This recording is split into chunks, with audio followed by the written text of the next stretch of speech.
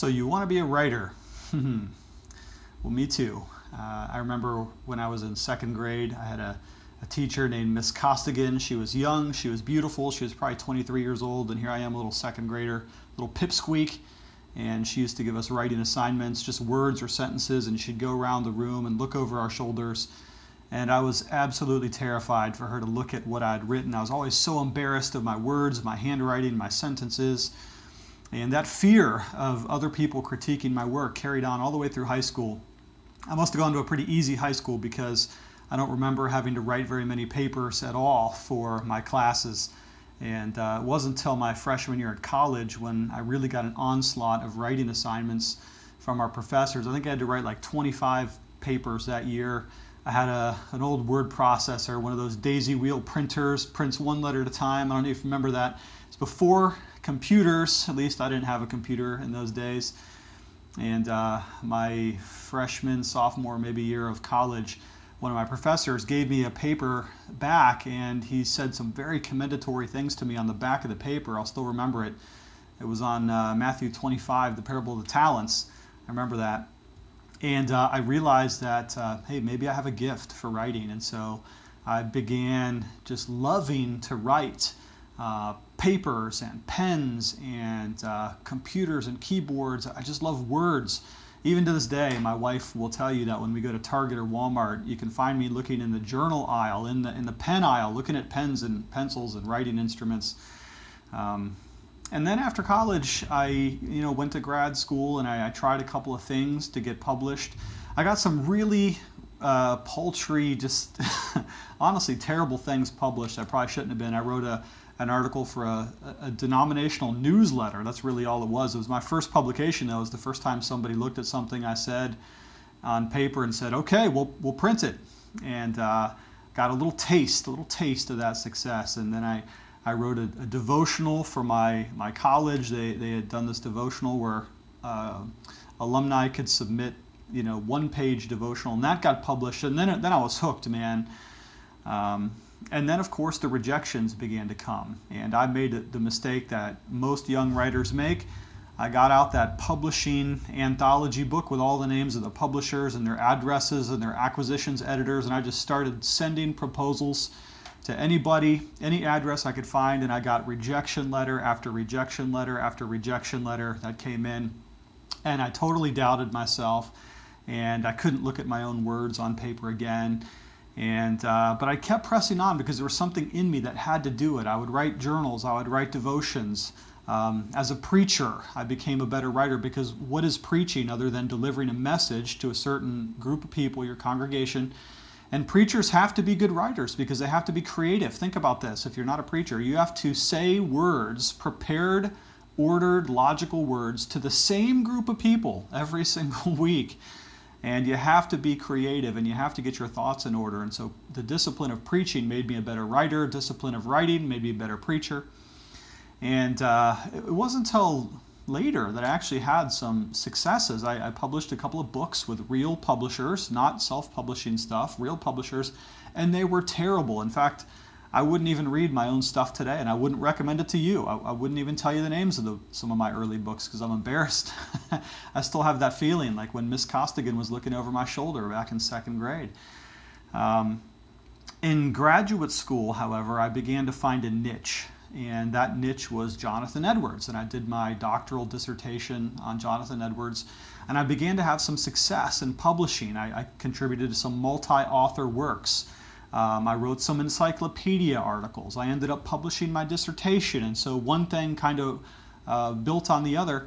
And then I started to get requests for me to write things, and that's if that ever happens, and it doesn't for everybody, that's the good stuff, because finally, instead of trying to convince somebody to please take my work, somebody comes to you and says, please write something.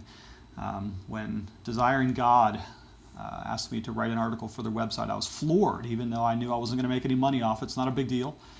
But it was just like, yes, somebody finally asked me to write something, and it feels important, so there you go. So I wanted to just share a few thoughts on writing with some of my younger viewers who may be interested in writing. Number one, write everything. Try it all. Try journaling.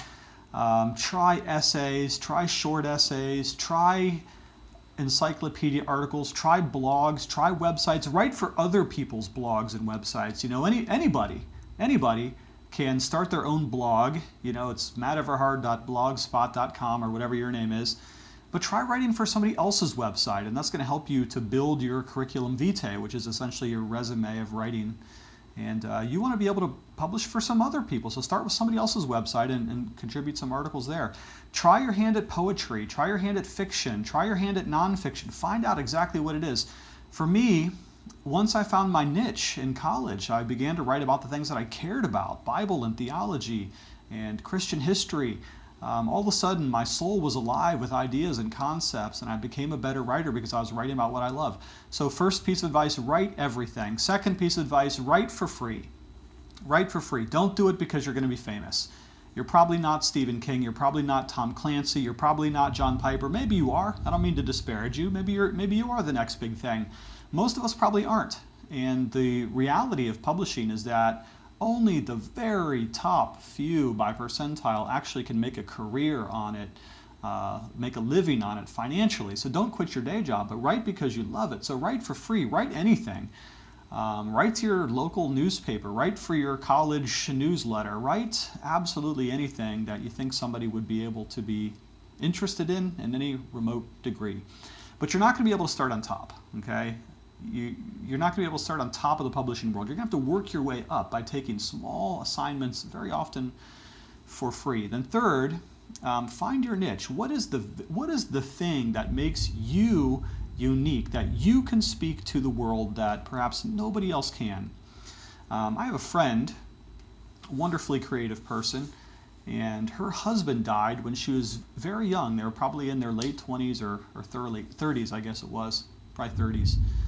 Husband died just shockingly in a surprise one day, and she wrote a book about it, and all of a sudden she found that in her pain, in her grief, she had something to say to the world, and now she's writing book after book and doing very well.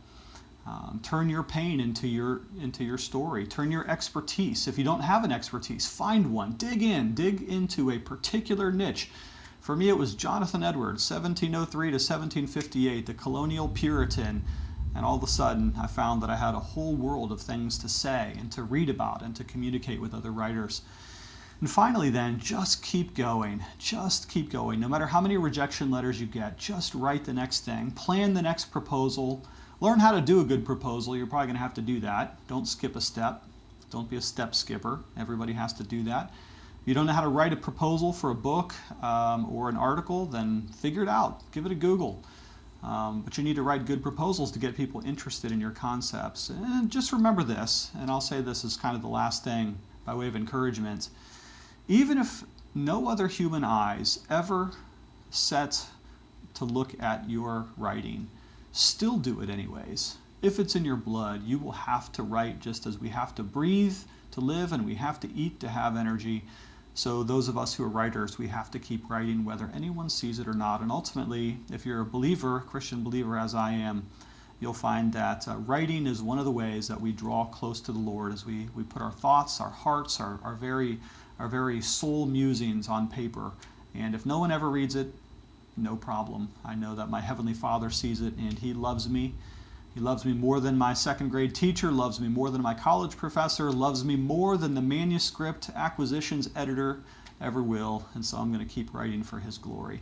Well, that's all I've got to say today. Feel free to subscribe to this channel or not, totally up to you. But love you lots and talk to you later.